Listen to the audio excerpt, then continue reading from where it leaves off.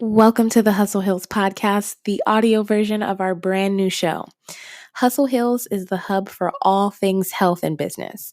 This podcast will provide you with quick and easy, helpful health tips, as well as tips directly from entrepreneurs on how to grow your business and make it what you want.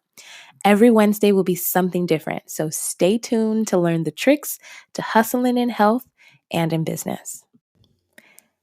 Hey guys, welcome back to another episode of the Hustle Hills podcast. I am Cindy Kemakolam, your host, and today we're talking about overcoming fear in your business.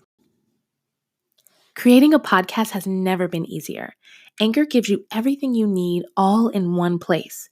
Editing tools, background music, distribution, and the best part is that it's free. Anchor is the easiest way to make a podcast right from your phone or computer. Now, you can even make money from your podcast through Anchor with no minimum listenership required. So download the Anchor app today or go to anchor.fm to get started. That's anchor.fm to join today.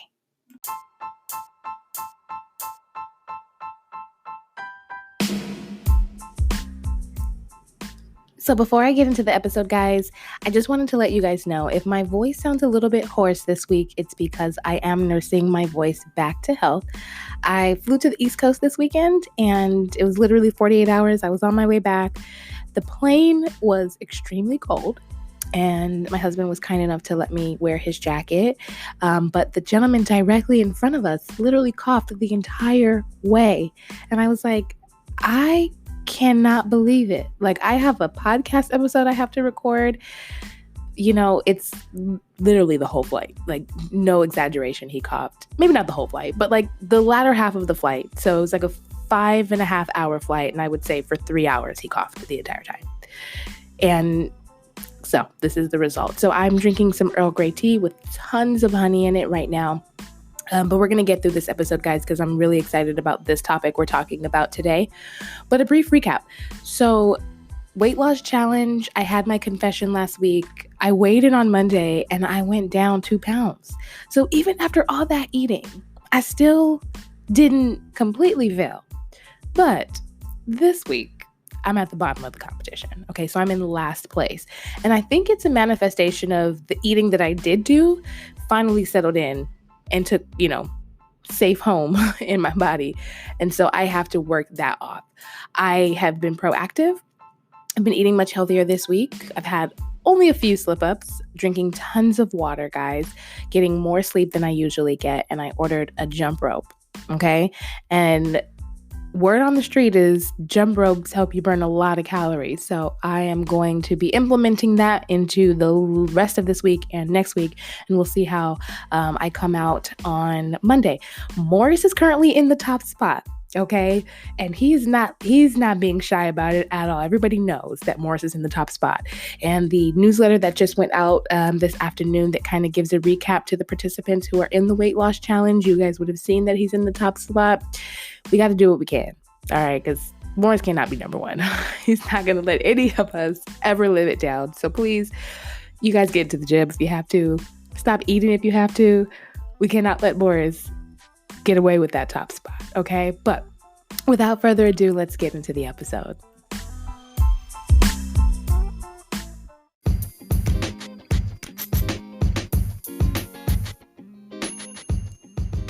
So today we're talking about fear and overcoming fear in our business.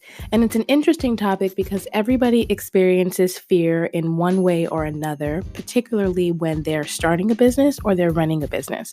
I know for myself, back when I was like 22, 23, I had the fear of people perceiving me to be a certain way. And people perceiving that my business was successful or that my business was thriving. I used to have fear of saying no, to people because I didn't want them to leave me bad reviews or to think that I was mean. And all of these things are just constructs in our mind that we create. And I've always looked at fear as an emotion, and it's something that we all feel at some point or another. But the important thing about fear is that you can use it as a motivator. You can use it to overcome certain things, face everything and rise, or you can use it as something that is very self-destructive and stifles you from growing, from your business growing and otherwise. So I have a lot of anecdotal stories about how I've overcome fear, but I want to unpack this concept that fear has in your business. So all of us will fail at some point or another in our business. Whether it's the first product that we put out and nobody buys it, whether it's an event that we throw and nobody attends. There's several ways. There's so many examples, and everybody has an experience or a story of fear and failing. And those two things kind of are inextricably linked because people are usually fearful of failing. But fear is an emotion. It is something that you exercise. It is something that you feel and then you do away with. Every feeling, every emotion that you have is fleeting. It doesn't stay with you permanently. When you're angry, you're not angry forever. When you're sad, you're not sad forever. Those emotions pass. So it comes and it goes. And so the interesting thing about fear is that people will talk it up to themselves. Oh my God, if I say no to this person, they're going to hate me and they're going to tell everybody about it. And then it's just going to become this really big deal. And I don't want to do that. So what happens is that you say yes. But when you say yes, you don't really mean yes. You mean no, but you said yes. And so now you feel bad for saying yes because you meant no. But who can you blame? What's the result? What happens thereafter? You resent yourself for the fact that you said yes, but you meant no. The other person gets a benefit that you didn't really want to confer over to them because maybe you didn't have the resources to say yes. Maybe you weren't prepared to say yes, but you said yes because you were afraid or you had a fear of them not liking you or not coming back or not patronizing your business in the future. And those are not things that you can control. You can say yes and they still don't tell people about your business. And that's the part that's really annoying because I've said yes to people with the hope that they were going to refer my business to somebody else and they didn't. And that's even more frustrating than saying no and they not coming back. Because at least when you say no and they don't come back, you meant no and it's okay. Because they weren't meant to be your customer. They weren't meant to appreciate or experience your service anyway. But you will get those customers down the road who will. And your business is not, a lot of people start business and they have this concept in their mind that the business is going to take off as soon as I say I'm live. Okay. And a lot of people don't start businesses because they're afraid that people aren't going to show up. And you kind of have to get over that part. You have to get over the fact that people won't like you or they won't know about your business, and you have to just press. You literally have to press and say, I believe in this concept. If nobody shows up, that's fine. I'll do it until I can't do it anymore, and then I'll pivot. And I'll tell you a story a little bit later on in the episode of how I ran a particular business for a year or two too long because I was afraid and I had fear that if I quit on that idea or that concept and switch to something else, that people would be like, oh, she's a failure. That was fear. And so just to kind of bring it back, when I was about 21 years old, I got a tattoo on my wrist that says no fear. And I got that tattoo as a result of being at a really it was an impasse in my life. I had just graduated from university. My goal when I entered into university was to become an attorney. I'm going to go to law school. I'm going to take the LSAT. I'm going to, score really well. I'm going to get into school. And I did all those things up until the point where I decided I no longer wanted to go. I don't think I was jaded, but I think that I was just at a point where my interest had shifted a little bit. I had been in school for a number of years and I was like, I just don't want to sit in another lecture hall. I don't want to do this anymore. I want to get out into the world and experience. I also come from a string of entrepreneurs. And so I saw that and I was like, I want to be an entrepreneur. I like the idea of creating things. I like the ups and downs. I like the fact that I can conceptualize something and then do a couple of things and bring that thing into fruition. That excited me. But I had a fear of what my parents were going to think or what they were going to say to me if I told them I no longer wanted to be a lawyer. And it wasn't that I didn't want to be a lawyer ever. I just didn't want to be a lawyer in that moment. And so the no fear tattoo was a reminder to myself that I cannot allow fear to cripple me from doing those things which I would like to do, want to do, aspire to do, because if I don't do them, the outcome still affects me. I wouldn't be here recording this podcast and giving you guys all of this information if I didn't go out into the world and live and experience and start a business and start another business and fail and start another business. So now I'm here and I'm able to impart that information to you because fear in your business is only going to stifle you. You know, the customers will come. You got to stick through it. You got to stick it out. Okay, time. You got to put in the time. You got to put in the work. And you have to understand that every single person goes through the same process when they're starting a business. Even when you have investors, even when money shows up on day one, you still go through the same process. I got customer 1. How do I get customer 2? How do I get customer 20? How do I get customer 1021? How do I keep them coming back and keep on buying my products, keep on patronizing my business and using my services? How do I do all of that? And so you have fears at different stages and different levels, and it's all layered. But fear, and the acronym that I use is face everything and rise. I have never allowed fear to stop me, ever. As a kid, as a teenager, as a preteen, as an adult, I never allowed fear to get in my way. I could be afraid of something and I can have fear of X or Y, but I never stopped it. It never stopped me from doing what I wanted to do. Every time I'm getting ready to talk in front of a group of people, whether it be in my class, whether it be at an event, whether it be just, a group of my friends, I'm giving a tribute, I always have butterflies in my stomach. And I liken that to like the fear of maybe saying the wrong thing.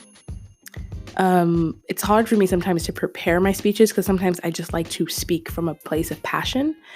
And I do that sometimes with this podcast. Like I'll write down notes, but a lot of times I might, freestyle it. And the reason why I get the butterflies is because I have a fear of like, what if I choke? And then I get up and I just talk. And once you start talking, like once you actually overcome the fear, you're like, okay, I'm doing it. Okay, there it is. Oh, I remember that experience. Let me talk about that. And you're doing it. So you have to face the fear. You have to face everything and rise above it. And that's really the only way that you're going to get from the place of, oh my God, I can't, what happens if, to I'm doing it. Oh, it didn't work. Okay, let's change this. Let's make this a little bit better. Let's do away with this. Let's implement this. That's what happens when you face the fear. You get the courage to start coming up with new ideas and pivoting if you have to, if something is not working. But that is so important to do when you are running a business. You have to face every fear that you have.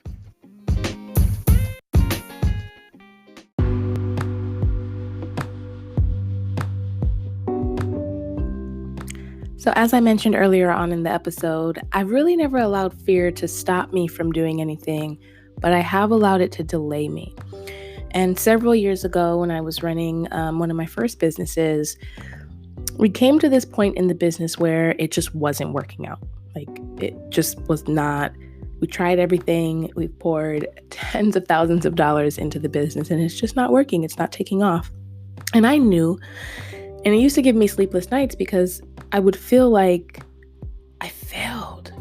Like I've literally invested all this time and all this money. And if it doesn't work out, what are people going to say? What are people going to think? That's fear, right? Oh my God. And every day I'd get up and I'd have some of the same thoughts. And I allowed it to delay me from making the decision that inevitably I was going to have to make anyway because it just wasn't working. And I really attribute that time in my life as it's like the hard knock life of running a business. You have to pivot when it's not working. That is the quintessential rule of business because you might have a concept or an idea and it may be way before its time. Or, the concept itself may just need a little bit more refinement. And either you are not capable of doing it for one reason or the other, or you need to revisit it, or you need to put it on the shelf, repurpose it, bring it back later. Doesn't mean that you have to quit on it entirely, but you have to pivot in order for your business to stay viable. And some big businesses failed to pivot and then literally became extinct. Blockbuster's one of them. When Netflix And I think it was before it was Netflix. I remember it was like Redbox or something. You could rent movies from like this machine. And Blockbuster was still the traditional brick and mortar. And then Netflix came out and they refused to pivot. And then they became extinct. And there's several other business examples that I could probably cite, but I can't remember off the top of my head, but it's just super important to pivot. And so I stayed running this business for at least a year or two too long. And eventually I pivoted and I went into product development and I created one of my first products that I'm still super proud of. And I was very young and I didn't have any knowledge about doing this thing. And it was literally all just through passion and research that I was able to create this product. And I'm glad that I pivoted. I just wish I pivoted sooner. But that served as the prime example for me of why overcoming fear, the fear of being, recognized for this great achievement of starting a business so young and being successful, the fear of not meeting that expectation for other people, made me waste my time and my money. And what it taught me at the end of the day was that, when you look at people are fallible. People fail all day long. Some of the best business people and the most successful entrepreneurs have failed, and they'll tell you, failure is not final and it's not fatal. It's literally a temporary inconvenience that you have to just get over. You have to get up. You have to say, okay, wow, that didn't work. Wow, I thought that was a brilliant idea, but I guess everybody else didn't like it. You move on. There are certain people who develop fashion collections that they think are going to be a huge hit and they don't sell. And you just can't predict every single win. And that's okay, because sometimes I believe that God is preparing you for something bigger and you need to fail. You need to fail in order to be able to get over that hump and get on to the next thing. So that's really my take on overcoming fear in your business. Do it. Look at it as a great motivator. Face the fear and rise above it. Say, you know what? Yes, this is scary. And when I'm done with this thing that's scaring me, I'm going to be better for it. And then you tell the story to somebody else and you help somebody else along the way and you're better for it. And especially in business, because the goal of any business is to make money. If you are in a business and it's not making you any money, and I'm not saying not making you millions of dollars, but it's not making any money at all whatsoever, pivot, do something different, change your course. Or if you know that eventually it's going to make me money and I know I just got to put in a little bit more time, set a timeline for yourself. I got to be making something by this time or we have to pivot. And it doesn't make you a quitter. It doesn't mean that you've given up on all your dreams, but you just need to face the fear. That little voice in your head that's telling you this is what the outcome's going to be if I don't do this or if I do this. That's an emotion that you are literally giving life to, and it's becoming bigger than what it really is, because fear is only an emotion. It's all that it is. So that is the episode for today, guys. I hope that you got something out of it.